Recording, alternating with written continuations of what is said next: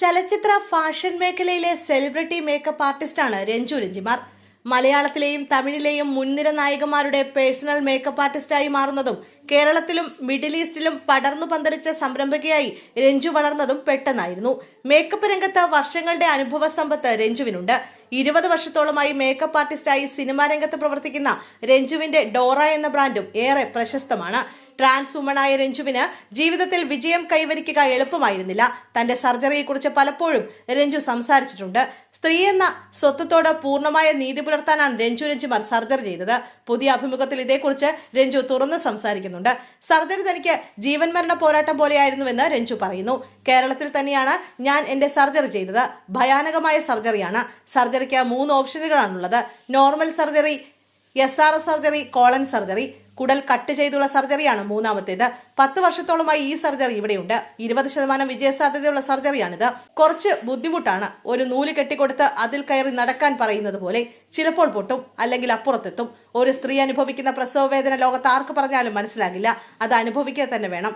അതുപോലെയാണിത്. ഈ സർജറിക്ക് ശേഷം ഞാൻ ഒരുപാട് പ്രശ്നങ്ങൾ നേരിടുന്നുണ്ട്. ഹോർമോണൽ ഇംബാലൻസ്, എല്ലിന്റെ പ്രശ്നങ്ങൾ, ഹാർട്ട്, ലിവർ പ്രശ്നങ്ങൾ എന്നിവയെല്ലാം. കാരണം സർജറിക്ക് ശേഷം ഞാൻ ഒരുപാട് ഹോർമോൺ എടുക്കുന്നുണ്ട്. തന്റെ എല്ലുകളുടെ ബലം കുറഞ്ഞിട്ടുണ്ടെന്നും രഞ്ജു രഞ്ജിമാർ വ്യക്തമാക്കി. ആരോ എറിഞ്ഞ പന്ത് പോലെ ഞാൻ സിനിമാ രംഗത്ത് വന്നു വീണു. വഴിതെറ്റി വന്ന മേക്കപ്പ് ആർട്ടിസ്റ്റാണ്. എന്റെ പിന്നിലുള്ള ഒരുപാട് പേരെ എനിക്ക് സംരക്ഷിക്കണമെന്ന് തോന്നി. അങ്ങനെ കുറെ പേരെ സംരക്ഷിച്ചെന്നും രഞ്ജു രഞ്ജിമാർ പറയുന്നു. കൊച്ചിയിൽ എനിക്ക് വഴികാട്ടിയായി ആരുമില്ലായിരുന്നു. സ്വയം തീരുമാനമെടുത്ത് അത് നല്ലതാണെങ്കിൽ അതിലൂടെ പോവുക എന്നത് മാത്രമായിരുന്നു എനിക്ക് മുന്നിലുള്ളത്. ഇപ്പോഴത്തെ കുട്ടികൾ ഭാഗ്യമുള്ളവരാണ്. സിനിമാ രംഗത്ത് വന്നപ്പോൾ എനിക്ക് സ്ട്രഗിൾ ഉണ്ടായിരുന്നു. ആ സമയത്ത് ഒരു സംരക്ഷണവുമില്ല. ഒരു ഗ്ലാസ് വെള്ളം ചോദിച്ചാൽ പോലും തരില്ല. അവിടെ പോയി വെള്ളമെടുത്ത് കുടിക്കുക എന്ന് പറയും. ഭക്ഷണം കഴിക്കാൻ പോയി പാത്രം വിളമ്പാൻ വേണ്ടി നീട്ടുമ്പോൾ എടുത്തു കഴിച്ചോ എന്ന് പറയും. നമുക്കെതിരെ ഇരുന്ന് കഴിക്കുന്നവർ നമ്മളെ ഇറിറ്റേറ്റ് ചെയ്ത് കളിയാക്കും. നാളെ നീ എനിക്ക് ചായ എടുത്തു തരും, ഒരു ദിവസം വരും, അന്ന് നീ എനിക്ക് ഭക്ഷണം കാരവാനിൽ കൊണ്ടുതരും എന്ന് ഞാൻ ചുമ്മാ പറയും. കർമ്മ എന്നൊന്നുണ്ടെന്ന് തന്റെ ജീവിതാനുഭവങ്ങളിൽ നിന്ന് മനസ്സിലായിട്ടുണ്ടെന്ന് രഞ്ജു രഞ്ജിമാർ പറഞ്ഞു. സെലിബ്രിറ്റി മേക്കപ്പ് ആർട്ടിസ്റ്റ് എന്നതിന് പുറമെ ബിസിനസ്സുകാരിയാണ് രഞ്ജുവിന്. കരിയറിന് താൻ വലിയ പ്രാധാന്യം നൽകുന്നുണ്ടെന്നും വിവാഹമല്ല തന്റെ സ്വപ്നമെന്നും രഞ്ജു നേരത്തെ വ്യക്തമാക്കിയിട്ടുണ്ട്.